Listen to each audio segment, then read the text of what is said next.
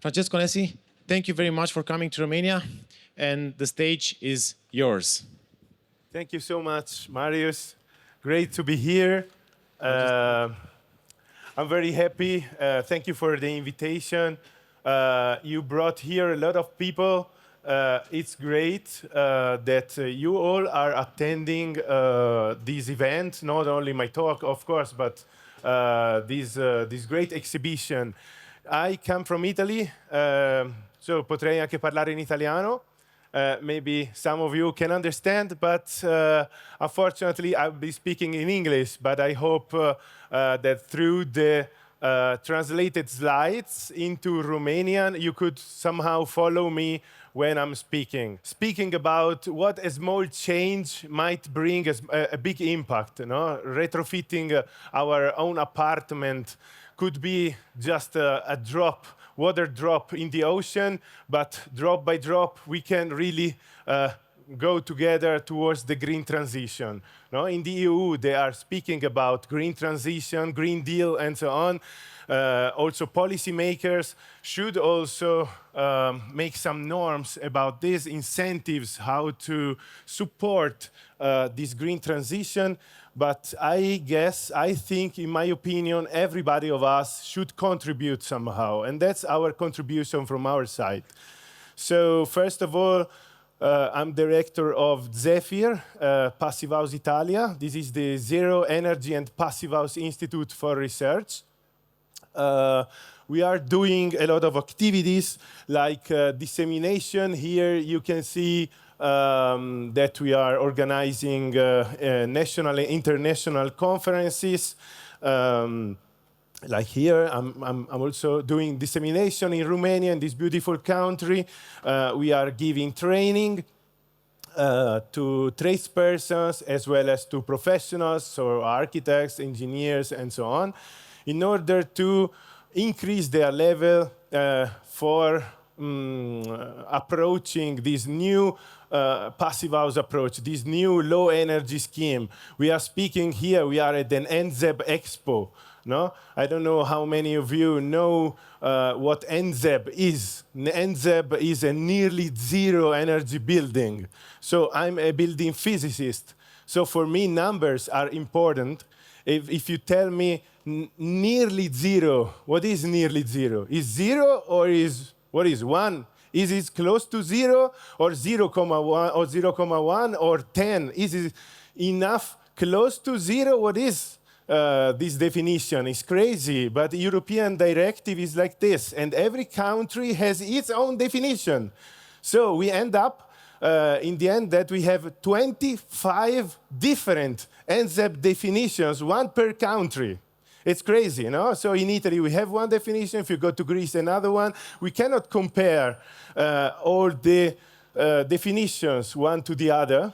And this means that we are here deciding what an nZEB for us is, and that's passive house, of course. So this is a very strict standard and precise that can really let you achieve the comfort. Besides this, we are also giving training to tradespersons. As you can see, we also build up demo houses to let people train around the building sites, performing a blower door test. As you can see, it is not easy to use the pointer, so I will skip it. But still, there are some mistakes. Even though we explain everything correctly during the course, still there are some mistakes. For instance, you can see there in the orange part, in the membrane, there is some blue tape. And this is because the tradesperson, even though we explain it thousands of times to them, they made up the construction and they simply cut it because they thought it's unusable. It's just a piece of extra membrane, and of course it shouldn't be cut. And still think what can happen if people work on a building site and are even not trained. No, it is even harder to control what's happening on the building site. We are giving consultancy not only in Italy but all over the world. we have been to several challenging climatic conditions, such as the tropical and subtropical climates, like in Cameroon. Here you can see me, the white guy there among all the guys there. Very nice concession. And in Dubai, we have been working on the very first project in Dubai. Very crazy climate there. And in India, another very difficult climatic condition. Here we designed a museum. And in Bhutan, a very beautiful country between China and India, commonly known as the happiest country in the world. It is indeed. Or in Canada, for instance, in Toronto, here we are going to retrofit a skyscraper according to the EnerPHit standard, so the Passivhaus standard for the retrofits. Now we are here in Romania. I'm very happy to be here. My very first time in Transylvania. So, as I said already before, our nZEB is Passivhaus, just because it's simple.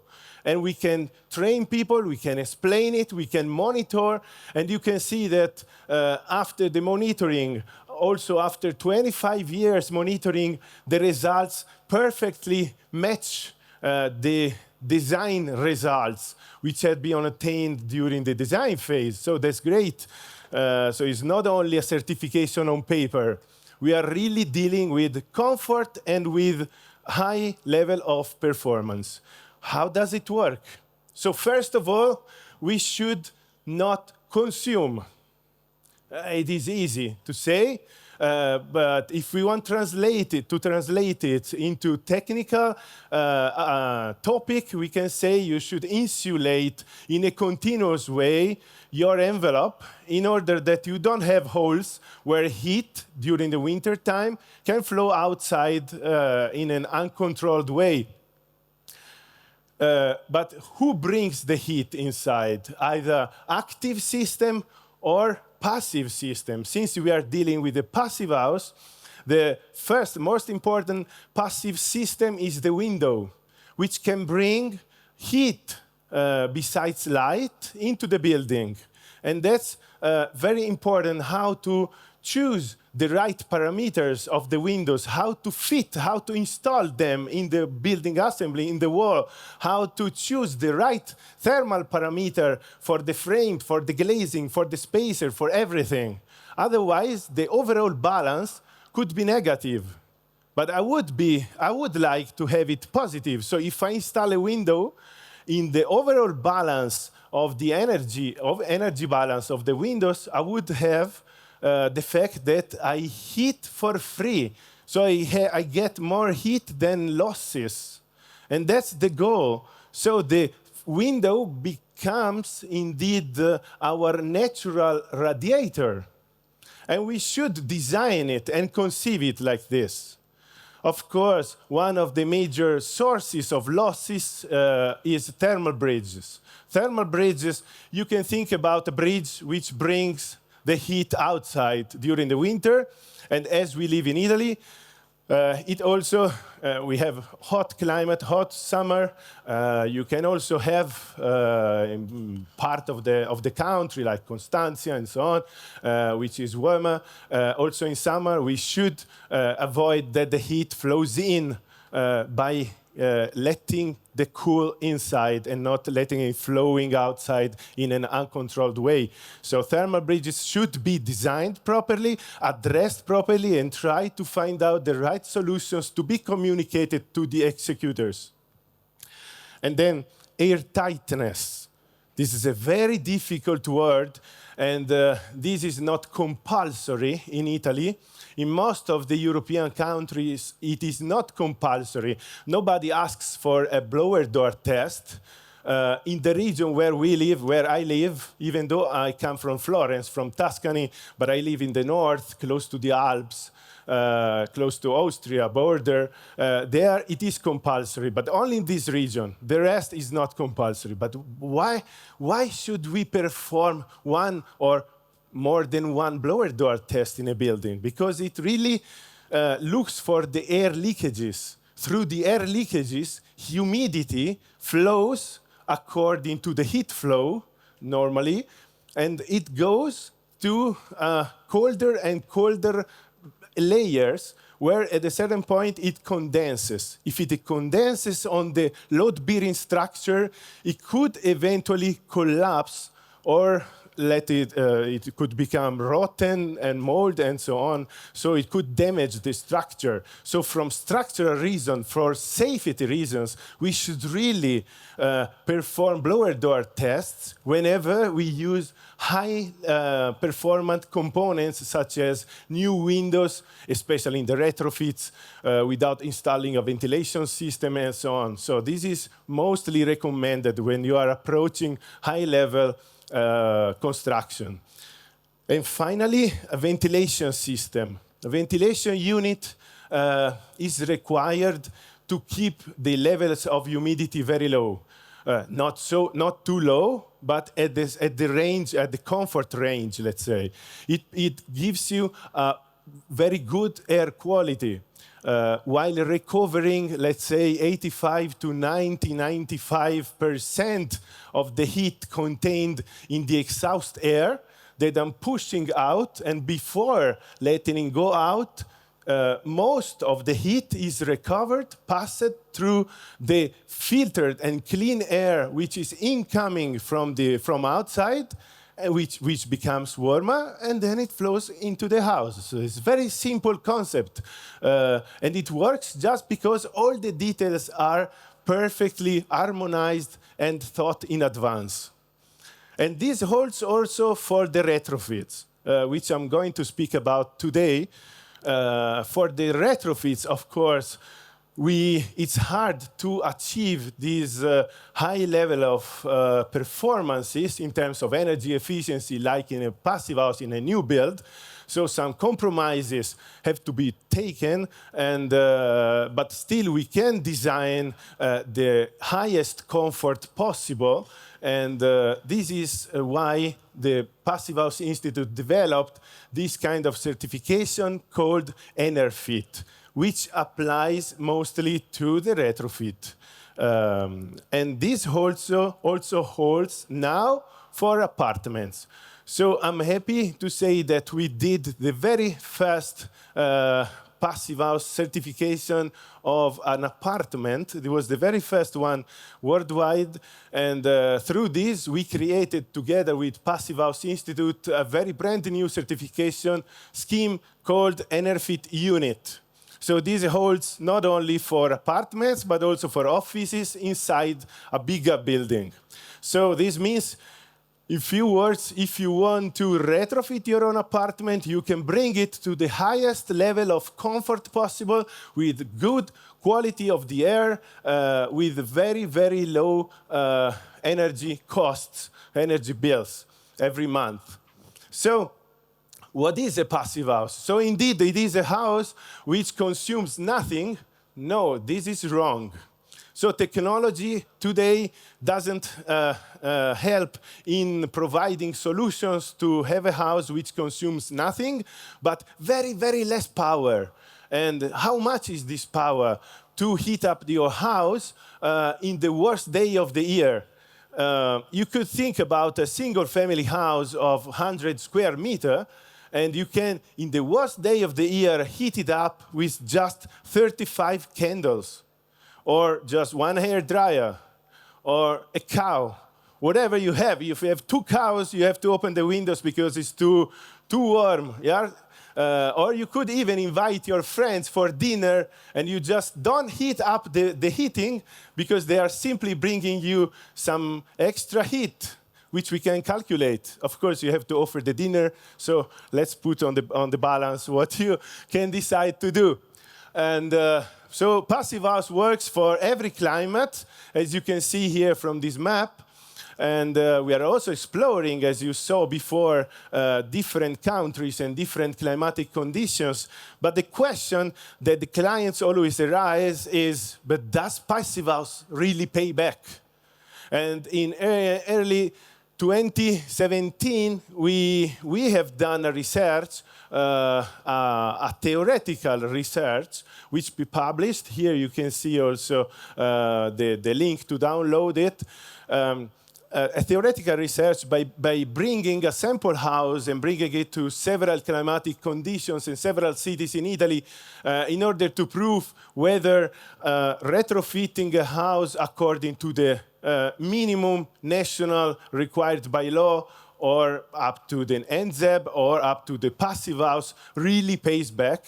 And we demonstrated that passive house indeed pays back always in all kinds of climatic situations. Then after some years, we wanted also to prove that this really works also on real projects. And just to, before letting you know what we did then afterwards on top of the realized project we had inside Italy, I want to briefly give a very, very basic overview about economics. Maybe you are already familiar with this, but just to let you know how it works. So we have, at the time equal to 0, I have a certain investment to go for, to do for achieving a certain building standard, which might be passive house or nZEB or whatever. If we deduct from this additional investment the residual value after the economic calculation, then we end up with this sum, the additional sum we want to invest and in energy efficient measures, such as a ventilation system, better components like better thermal insulation, and so on. Then we decide to go to a bank and get a credit for this. So every year, like for 20 years, for 20 years, I have to give the bank back the capital plus the interest. And every year I pay the same. If you divide by 12, of course, you have your monthly rate that you have to give the bank. And then we sum up the energy costs, the residual energy cost we have every year. And then if we concentrate on just a bar, which are slightly equal, if we consider that the energy prices stay constant or they slightly increase, but they are more or less constant, then we can compare among them all the possibilities, all the variants we can think about between them. For instance, I have the nZEB, I have the passive house. So the yellow bar represents the investment, the annuity, what I have to give the bank back every year. And on top of this, I sum up the energy cost, the energy bill, which are residual, which I have to pay for maintaining, for operating the house. From the first year, not in 10 years, in 20 years, and so on, from the very first year. And if this analysis, if this in economic comparison tells us that already in the first year we are below the nZEB overall, the total, let's say. Of course, I have some extra investment for passive house because I have better components, better design, and so on. But the overall total maybe is less for passive house, which means that passive house pays back. And as professionals, we should always make a sort of business plan in order to let the guys, let the clients, let everybody understand where the most cost-optimal point of the solution, let's say, for the retrofit of their respective house is. This is very important to address before even starting designing it. And what we did is to compare all the projects we did, and in several locations in Italy. And you can see in blue here, the bar represents the additional costs, which are very low. These are euros per square meter in the year, additional costs. But overall, the overall savings, so the red bar, are always larger than 0, which means we always save money if we choose to go with passive house. So in all the possibilities, with different useful area and different sides of the projects, every time we demonstrated that passive house pays back. And if we want to calculate the net present value of this, we are of the order of 15,000 euros. So this is the budget we could invest right now as additional costs to end up to the same level as if I didn't do the retrofit according to Passivhaus. So the Passivhaus approach adapts to districts. For instance, in this beautiful project, Sinfonia, 2 cities located in the Alps, like Innsbruck and Bolzano, decided to invest, to support financially the retrofit of more than 100,000 square meter apartments and buildings. And as you can see here are the demonstration sites. From the left-hand side, Bolzano, from the right-hand side, Innsbruck. So this has been implemented in the cities at the district level, but not only at the district level, but also to multifamily buildings. Here are some multifamily buildings or even non-residential buildings in Germany. For instance, on the left-hand side, this is the Energy Agency in Frankfurt, Heidelberg, the fire station, Ravensburg, the Puzzle Museum. You know Ravensburger, the puzzle. Exactly, that's the museum which has got a Passivhaus certification. Or residential, multifamily building, or even supermarket. This simple physics behind it. They just recover the heat from the fridges somehow, and they use it residual heat for heating up the supermarket. There's not great fantasy behind Passivhaus. It's just applying straightforwardly a certain approach, which starts from the idea of non-consuming and recovering everything. The same applies to swimming pools. Think about the economic balance of a swimming pool. It is negative, for sure, so please retrofit them. Or hospital. This is a very fast Passivhaus pilot project for an hospital in Frankfurt. Or in Austria, other beautiful examples. For instance, this is in Lodenareal in Innsbruck. Or this in Wien, in the capital. In Vienna, you have this Raiffeisen Bank headquarters, which obtained the Passivhaus certification. In Italy, we realized a very fast Passivhaus hotel in Italy, the second worldwide by a week. Okay, it's still very valuable, let's say, on the Garda Lake. Very nice, in CLT.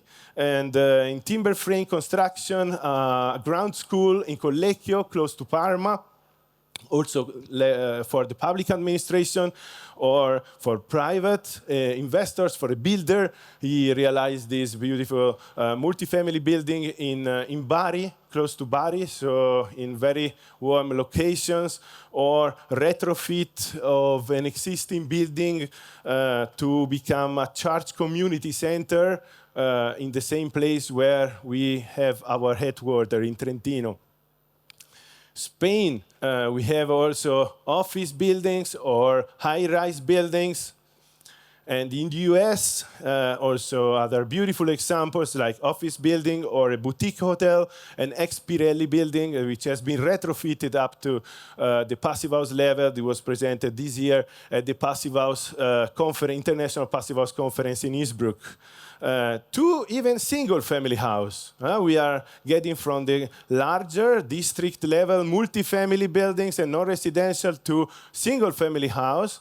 Here you can see the flexibility of the Passivhaus approach. For instance, this has been realized in masonry construction, bricks, concrete, and thermal insulation system, CLT, and so wood, and here is straw bales. All of them are Passivhaus certified. We designed the Passivhaus for all of them. To, finally, the first ever worldwide EnerPHit unit, which I'm going to speak about. So this is how it looks like. This is an apartment inside a multifamily building, like, 120 dwelling units inside the building. So just one was retrofitted. And the motivation is because, of course, we have a lot of building stock which needs to be renovated, and only a few percentage is going to be built every year of new builds. So we have to invest on this, and especially we have a very similar situation like you have in Romania, because everybody owns their own apartment, and it's very difficult inside the multi-family building to let all people agree on the intervention that has to be taken. So we said, okay, let's invest on the single apartment, because every guy, every person can understand what to do and can decide what to do.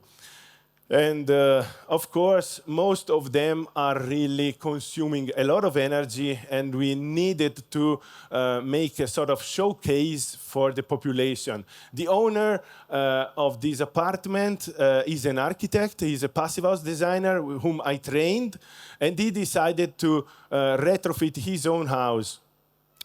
Moreover, the location is in the Po Valley. The Po Valley is a very well-known area for a very bad quality of the air, especially during COVID. We experienced how bad it is. And of course, he wanted, so for instance, his daughter is allergic, and he wanted also to do this for her.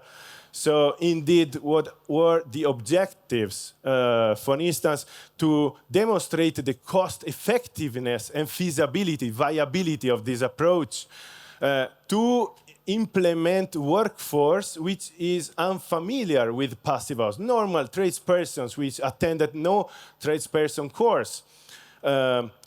If we go for an interior retrofit, of course, it may be difficult because of lack of space, because there could be mold formation and so on, and and also for air tightness, not an easy task to be solved and to be designed. And there were restrictions on the neighboring street because there was a lot of traffic and we couldn't put external scaffolding. So these were the challenges, and this is where it is located. So in Bergamo city, in Lombardia, and close to Milan, and this is how it looks like. So it is an apartment north-facing and west-facing. So in terms of solar gains, not so many. As you can see here, this is how it looks like after the intervention. And this is the architectural concept, which he, of course, did. These are the boundary conditions. So this is facing to exterior, to outdoor. This is to other heated apartments, and the rest to unheated ambient, so towards the stairwell. The walls are constituted by cavity wall.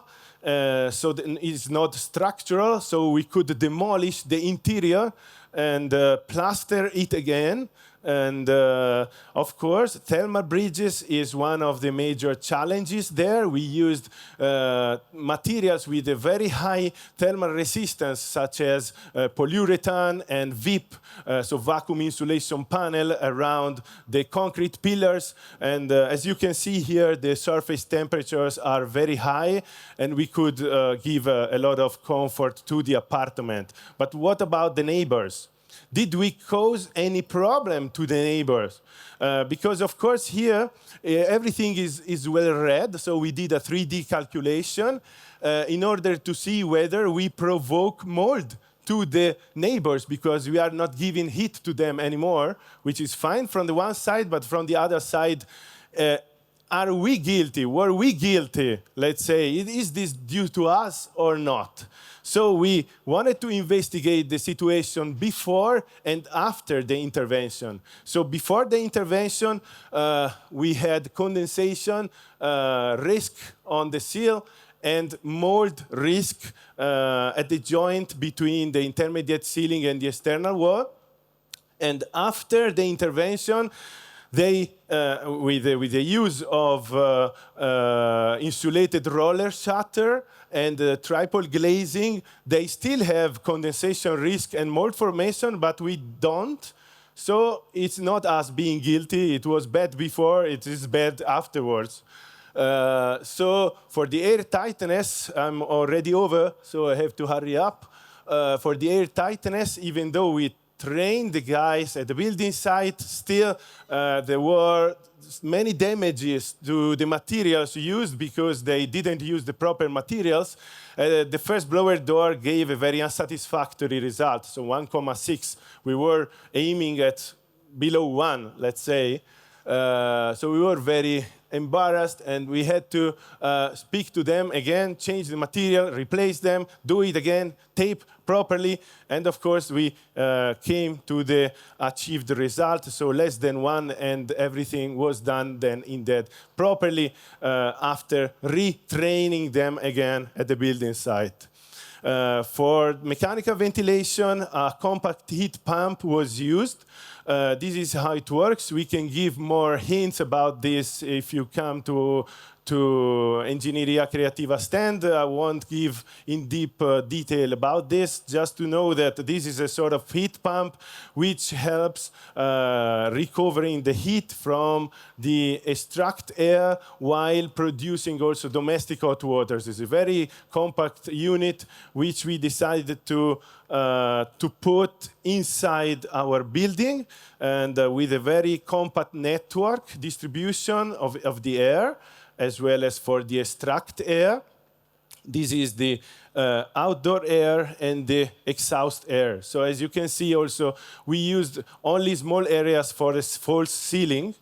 And for heating and cooling, we used a split also put in the false ceiling because we had space somehow, and then we decided to have this boost also in summer as well as in winter for heating up and cool down the building. This is how it works. So construction started, we demolished everything, we made the airtight layer, then insulation on the perimetral walls from the interior, and then internal finishing, and then distribution of building services in the false ceilings, as you can see here in these pictures. And this is finally how it looks like, and nobody could say that this is a passive house. It's not a passive house, but it's indeed, because you can really see it from a thermographic analysis from the exterior. This is amazing how good it looks like, and also from the interior. We are also monitoring this apartment, and we can see that the overall costs to maintain, this is the overall total cost which he has, which is only electric because he only has a heat pump and so on. They correspond to 50 euros per month or 2 euros a day, like a cappuccino cup, at least in Italy. And to finish my presentation, so we managed to create a replicable and scalable model.